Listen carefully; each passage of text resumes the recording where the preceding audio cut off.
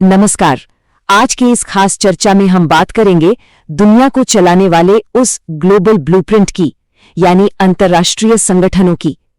प्रतियोगी परीक्षाओं की तैयारी कर रहे छात्रों के लिए ये टॉपिक बहुत अहम है।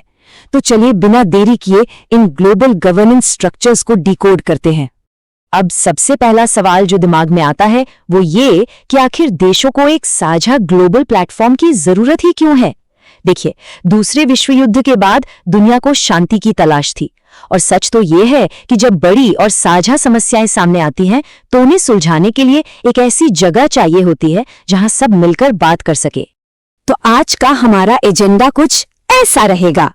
सबसे पहले ग्लोबल संगठनों का एक छोटा सा परिचय, फिर हम बात करेंगे यूनाइटेड नेशन सिस्टम की, उसके बाद ब्रेटन वुड्स ट्विंस, फिर रीजनल ब्लॉक्स, कुछ अन्य जरूरी संगठन, और आखिर में सबसे मजेदार हिस्सा, इन सबको आसानी से याद रखने की कुछ मैजिकल ट्रिक्स। चलिए शुरू करते हैं अपने पहले भाग से, ग्लोबल संगठनों का परिचय। सच मानिए, आज की दुनिया में कोई भी देश पूरी तरह से अकेला सर्वाइव नहीं कर सकता। जब क्लाइमेट चेंज या आतंकवाद जैसी ऐसी चुनौतियां सामने आती हैं जिनकी कोई सरहद नहीं होती, तो ऐसे में ये इंटरनेशनल ऑर्गेनाइजेशंस ही वो मंच बनते हैं जहां दुनिया भर के देश साथ आकर शांति, व्यापार और सुरक्षा जैसे मुद्दों पर मिलकर काम करते हैं। अब आते हैं दूसरे भाग पर, यानी यूनाइटेड नेशंस सिस्टम। अब इस नंबर को ध्यान से देखिए, 193। ये यूएन के मौजूदा सदस्य देशों की संख्या है। साउथ सुडान इसका सबसे नया मेंबर है, और इसी के साथ यूनाइटेड नेशंस आज दुनिया की सबसे बड़ी और ताकतवर ग्लोबल बॉडी बन चुका है।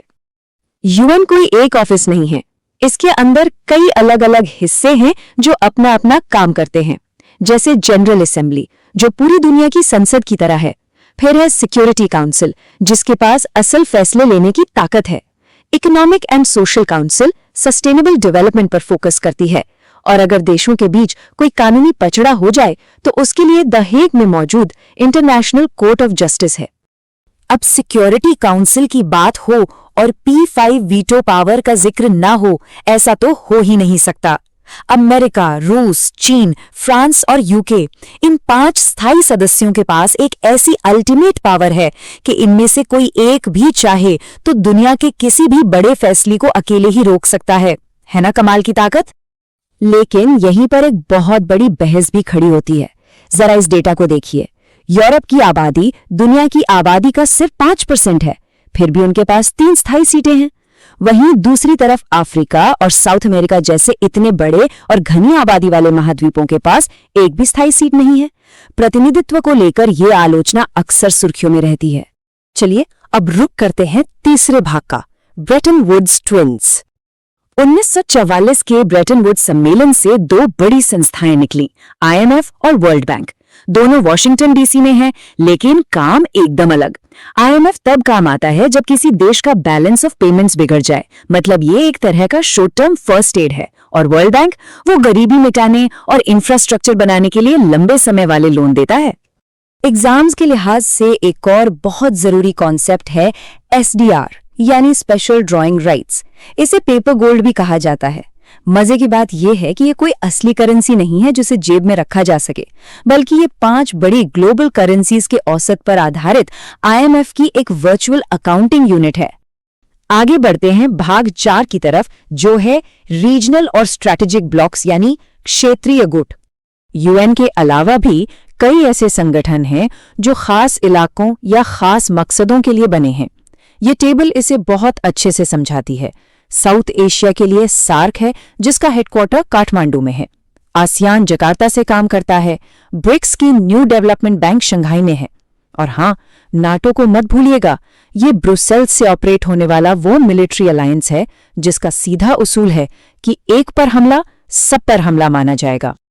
अब आते हैं भाग 5 पर, कुछ अन्य महत्वपूर्ण संगठन। फाइनेंस और डिफेंस के अलावा भी दुनिया में बहुत कुछ है। स्वास्थ्य, व्यापार, संस्कृति, इन सब के लिए अलग एजेंसियां हैं, और सच कहूं तो एग्जाम्स में इनके हेडक्वार्टर्स बहुत पूछे जाते हैं।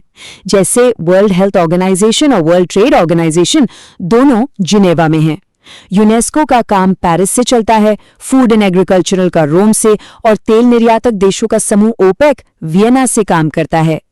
और अब भाग 6, जिसका शायद सबसे ज्यादा इंतजार रहता है, मैजिकल मेमोरी निमोनिक्स। देखिए, इतने सारे शहरों के नाम रटना थोड़ा मुश्किल हो सकता है, इसलिए हम कहानी बनाएंगे। जैसे जिनेवा में क्या होता है, वहां हेल्थ, ट्रेड और लेबर तीनों के हेडक्वार्टर हैं। न्यूयॉर्क को ऐसे याद रखिए कि यूएन के बच्चे यानी यूनिसेफ न्यूयॉर्क में रहते हैं। और दुनिया का सारा पैसा कौन संभालता है? वॉशिंगटन। तो आईएमएफ और वर्ल्ड बैंक दोनों वहीं सेटल हो गए। कुछ और मजेदार ट्रिक्स देखिए। वियना को विक्ट्री से जोड़िए, जो एटॉमिक एनर्जी यानी IAEA से आती है। अब रोम की बात करें तो एग्रीकल्चर करने वाले किसान को रोम में दर्द होता है ना? तो FAO का हेडक्वार्टर रोम हो गया। और शिक्षा के लिए तो भाई पेरिस जाना पड़ेगा, मतलब यूनेस्को पेरिस में है। बस ऐसे कनेक्ट करेंगे तो एग्जाम में तुरंत याद आ जाएगा।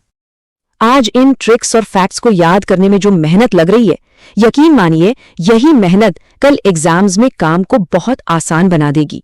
बस अपने दिमाग को थकने नहीं देना है।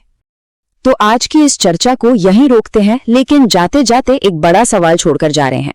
दुनिया की पावर डायनामिक्स अब बहुत तेजी से बदल रही है, तो क्या 20वीं सदी में बनी ये पुराने संगठन खुद को नए जमाने के हिसाब से ढाल पाएंगे, या फिर जल्द ही हमें पूरी तरह से नए ग्लोबल प्लेटफॉर्म्स देखने को मिलेंगे? इस बारे में जरूर सोचिएगा।